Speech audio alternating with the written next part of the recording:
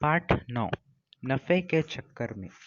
एक दिन बाबू भाई को नारियल खाने का मन हुआ। उसके बारे में सोचते ही बाबू भाई ने अपने होठों को चट करा। वाह, क्या मीठा मीठा सा स्वाद होगा। लेकिन एक छोटी सी समस्या थी। घर में तो एक भी नारियल नहीं था। ओहो, अब मुझे बाजार जाना पड़ेगा और पैसे भी खर्च करने पड़ेंगे। जूते पहनकर, छड़ी उठाकर बाबू भाई निकल पड़े। बाजार में लोग अपने अपने कामों में लगे थे। देखते पूछते वे नारियल वाले के पास पहुंच गए। ए नारियल वाले, नारियल कितने में दोगे? बाबू भाई ने पूछा। नारियल वाले ने कहा, बस 2 रुपए में काका। बाबू भाई ने आंखें फैलाकर कहा, बहुत ज्यादा है, 1 रुपए में दे दो। नारियल वाले ने कहा, ना जी ना, 2 रुपए सही दाम। ले लो या छोड़ दो। ठीक है ठीक है, बाबू भाई बड़बड़ाए। अच्छा तो बताओ, 1 रुपए में कहाँ मिलेगा? नारियल वाले ने कहा, यहाँ से थोड़ी दूर जो मंडी है वहाँ शायद मिल जाए। बाबू भाई उसी तरफ चल पड़े। मंडी में कोलाहल फैला हुआ था। व्यापारियों की ऊंची ऊंची आवाजें गूंज रही थी। नारियल वाले को देखकर बाबू भाई ने पूछा, अरे भाई, एक नारियल कितने में दोगे? सिर्फ 1 रुपए काका। नारियल वाले ने जवाब दिया। जो चाहो ले लो, जल्दी। बाबू भाई ने कहा, यह क्या, मैं इतनी दूर से आया हूँ और तुम पूरा 1 रुपए मांग रहे हो। 50 पैसे काफी है। मैं इस नारियल को लेता हूँ और तुम यह लो, पकड़ो 50 पैसे। नारियल वाले ने झट बाबू भाई के हाथ से नारियल को छीन लिया और बोला, माफ करो काका, 1 रुपए या फिर कुछ नहीं।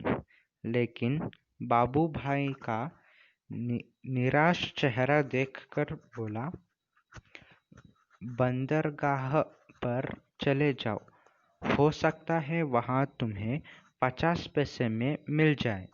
बाबू भाई अपनी छड़ी से ठेक लगाकर सोचने लगे। आखिर 50 पैसे तो पूरे 50 पैसे हैं।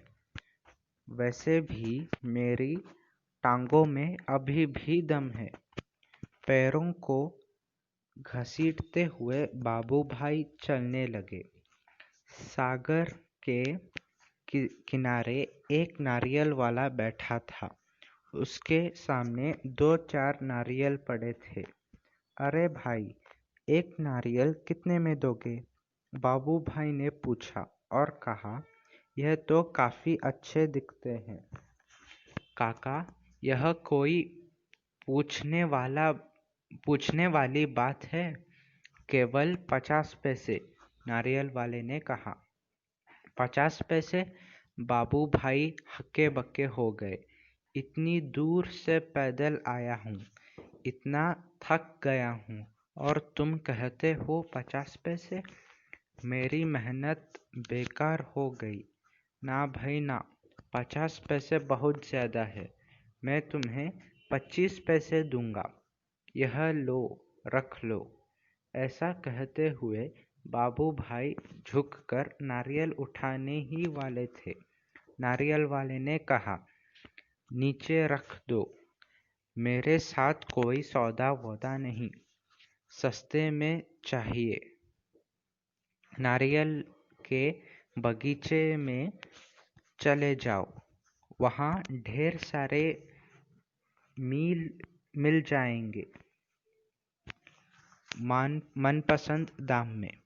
बाबू भाई ने फिर अपने आप को समझाया, इतनी दूर आया हूँ, अब बगीचे तक जाने में हर्ज ही क्या है।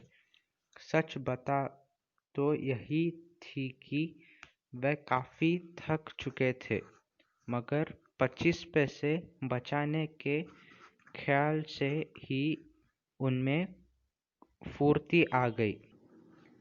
सच बात तो यह थी कि वे काफ़ी थक चुके थे, मगर 25 पैसे बचाने के ख्याल से ही उनमें फुर्ती आ गई। बाबू भाई नारियल के बगीचे में पहुंच गए। वहां के माली को देखकर उससे पूछा, यह नारियल कितने में बेचोगे? माली ने जवाब दिया, जो पसंद आए ले जाओ काका, बस 25 पैसे का एक। हे भगवान, 25 पैसे! पूरा रास्ता पैदल आने के बाद भी मेरी बात मानो, एक नारियल मुफ्त में ही दे दो। हाँ, देखो मैं कितना थक गया हूँ। बाबू भाई की बात सुनकर माली ने कहा, अरे काका, मुफ्त में चाहिए ना? पेड़ पर चढ़ जाओ और जितने चाहो तोड़ लो। सच, जितना चाहूँ ले लूँ? बाबू भाई तो खुशी से फूल न समाये। उन्होंने जल्दी पेड़ पर चढ़ना शुरू कर दिया। पेड़ पर चढ़ते-चढ़ते बाबू भाई ने सोचा, बहुत अच्छे, मेरी तो किस्मत खुल गई। जितने नारियल चाहे तोड़ लूं और पैसे भी ना दूं। क्या बात है! बाबू भाई ऊपर पहुंच गए और दोनों हाथों को आगे बढ़ाने लगे। सबसे बड़े नारियल को तोड़ने के लिए झक पैर फिसल गए। बाबू भाई ने एकदम से नारियल को पकड़ लिया। उनके दोनों पैर हवा में झूलते रह गए। बाबू भाई चिल्लाने लगे, अरे भाई, मदद करो! उन्होंने नीचे खड़े माली से विनती की। माली ने कहा, वो मेरा काम नहीं काका, मैंने सिर्फ नारियल लेने की बात की थी। बाकी सब तुम्हारे और तुम्हारे नारियल के बीच का मामला है।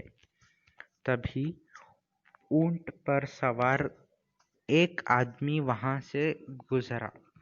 अरे ओ बाबू भाई, जोर-जोर से बुलाने लगे, ओ ऊंट वाले, मेरे पैर वापस पेड़ पर टिका दो ना, बड़ी मेहरबानी होगी। ऊंट वाले ने सोचा, चलो मदद कर देता हूँ, मेरा क्या जाता है। ऊंट की पीठ पर खड़े होकर उसने बाबू भाई के पैरों को पकड़ लिया। ठीक उसी समय ऊंट को हरे-हरे पत्ते नजर आए। पत्ते खाने के लालच में ऊंट ने गर्दन झुकाई और अपनी जगह से हट गया।